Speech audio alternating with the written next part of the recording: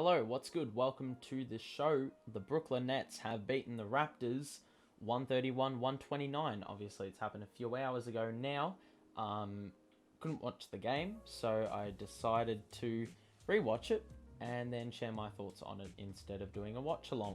Make sure to drop a like and subscribe. We'll just dive right into it. Let's just start with the situation. COVID has hit our team, and 8 players were out. This included James Harden, most notably, and you've also got Bembry, James Johnson, Javon Carter, Paul Millsap. The list goes on. Bruce Brown is another one. All up, it was 7 players in COVID protocols and Joe Harris on top. So make it 8. And this allowed for all 4 rookies to get a significant amount of playing time. And by a significant amount, I mean a significant amount. Kessler Edwards hadn't played, a meaningful minute all season, ended up playing 44 minutes tonight. That was better than any other player on the roster, bar Kevin Durant. Dayron Sharpe had 13 minutes. David Duke had 38 minutes. Usually, you would think that this will hinder a team, and it'll make a team struggle to create offense, to get stops with the inexperience. But it's quite the opposite. This team got 120 points in regulation, which, it was some of the best offense we've had all season. Usually, naturally, younger players bring about a lot of energy. But what also came with the energy was a lot of offensive rebounding and a lot of ball movement. The ball was zipping around the court, and that's why were allowed to have a lot of good looks and score 120 in regulation. Let's talk about offensive rebounding. Overall, 19 offensive rebounds has to be a PB for the season. And you look at the 3 rookies coming in. Cam Thomas, we're not going to talk about him as much because he's gotten some good minutes in recent memory, but we look at these 3, David Duke, Kessler Edwards, and Dayron Sharpe. They combined for 14 of the 19 offensive rebounds. And that screams energy. The atmosphere was electric at Barclays. We'll talk about Patty Mills later. He was a contributor as well with that atmosphere. But these 3 brought about, amazing energy. They were giving us second chance opportunities. It wasn't just one offensive rebound either. Sometimes it was 2. Sometimes it was 3. You're seeing some great contributions from these 3 players. Dayron Sharpe. The first quarter probably had more big moments. We'll talk about that for a second. Dayron Sharpe, I think he had a chase down block in the first quarter or the second quarter. David Duke, a nice Euro step. Layup and 1, I believe. And that was off, his own steal. He also blocked a 3-point attempt and then scored on the other end. These are some great efforts. And then Kessler Edwards, chiming in with a few timely 3-point shots. The team was there was a bit of time there where Kevin Durant was on the bench, and it was just Patty Mills and these 4 rookies. And they were able to hold their own. I think the lead extended while KD was off the floor. So, testament. It was like Patty Mills was a dad playing with his 4 kids, but, testament. These guys have had some interesting paths to the NBA, but they've all made it now, and they've contributed in a big game, and this is so beneficial in so many ways. Obviously, the exposure playing big-time NBA minutes is going to be beneficial. But also on top of that, these opportunities wouldn't have come about if it wasn't for COVID, but you give them these opportunities and you perform, you're now opening yourself up to getting rotational minutes. And that's what I can see happening here with Edwards and with David Duke. David Duke has slowly phased into the rotation or come into the rotation. Since the Houston game, I think. And that was because of some absences. And, it's happened again here. Even though he didn't shoot the ball great, that's not what he's known for. At least in the few games he's played, I mean, it's very easy to come to a conclusion. We shouldn't play him because he can't shoot the ball. But you look at those 6 offensive rebounds and 6 big rebounds. I mean, there was a couple offensive rebounds in the last minute that gave us opportunities in both regulation and overtime. You know, there was an offensive rebound to get it to a 2-possession game. You know, I think it was 128, 126 when he got the offensive board and was able to hit both clutch free throws. So not only are they getting these minutes, but they're also stepping up in the big moments, which is, I mean, they're playing, you know, a couple years beyond, you know, their actual age. It's almost like these guys have been in the NBA for 5 or so years.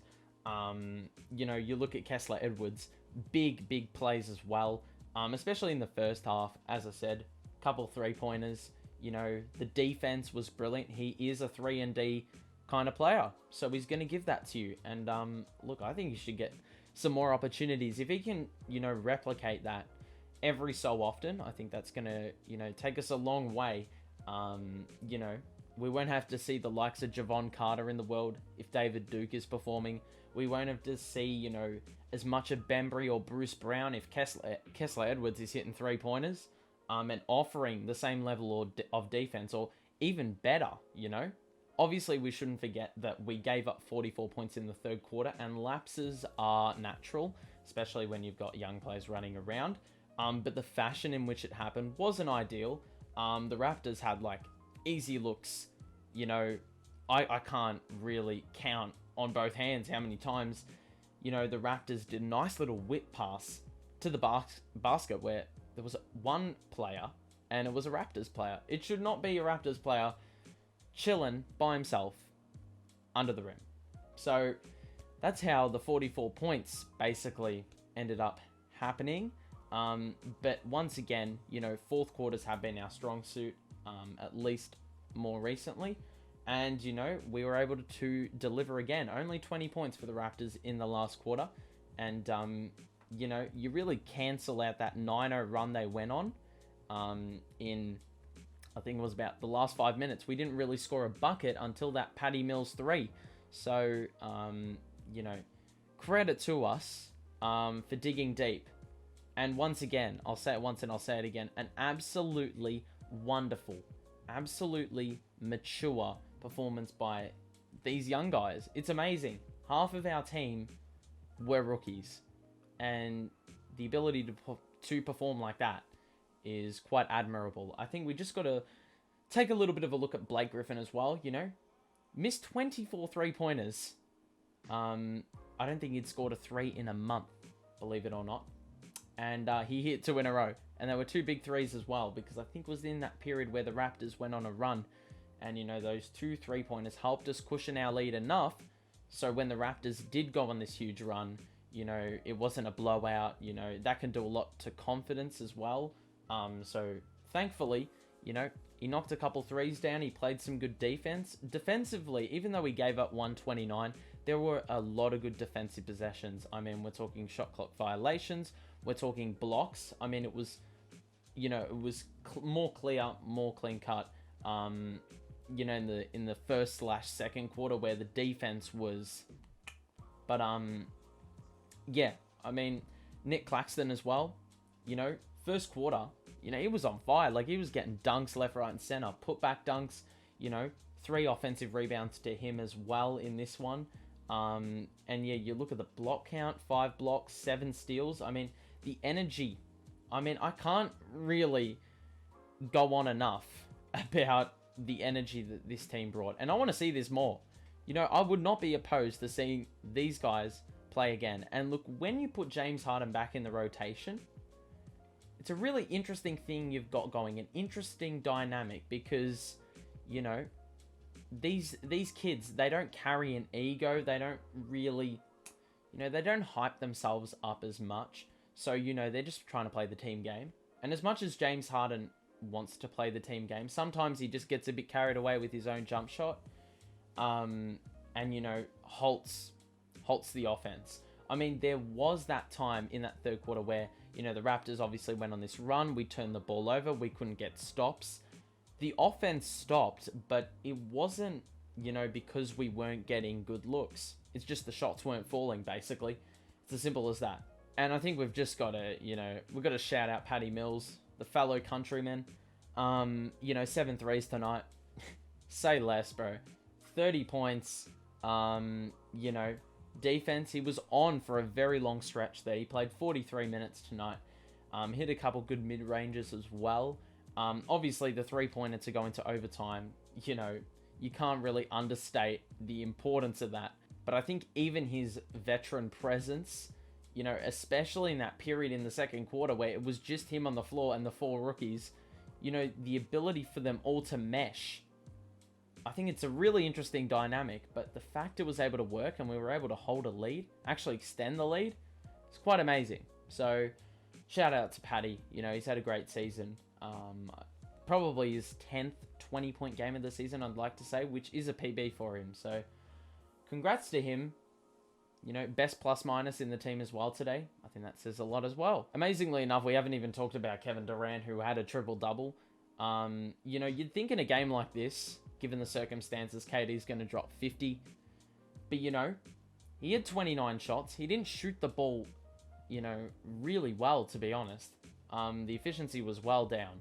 But the fact that he was able to get 13 rebounds, some of them were really strong takes as well. And you look at the 11 assists, that really allowed these young guys to get some looks that if you're on another team and this situation happened, you obviously don't have a superstar like Kevin Durant to free you up. So I guess, it's going to be great for their development. But, absolute credit to Kevin Durant, finding the teammates, especially when, his shot wasn't falling, and, really got the stadium rocking. But yeah, we're going to move to Philly next, another home game. Obviously, this is going to be a great win. We're going to be on an absolute high. Obviously, I don't think we're going to have really anyone back. Obviously, Joe Harris is out for quite some time. Obviously, the only player out unrelated to COVID. So it's going to be interesting to see if this wasn't a fluke. It probably was a fluke. But hopefully, if we come out with the same energy against Philly, there is no doubt, in my mind, that we'll be right in the contest. And as a Brooklyn Nets fan, as a sports fan, for all the teams I support, I just want them to go out, have a good time, and, play with energy. Play for the jumper. Play for the badge. Play for the team. Play for the supporters. All of the above. Anyway, hope you've enjoyed this one. Drop a like on it. As always, subscribe. We will be doing a watch along for the Orlando game on the weekend. But anyway, thanks for watching once again. Have a great rest of your day. Peace out.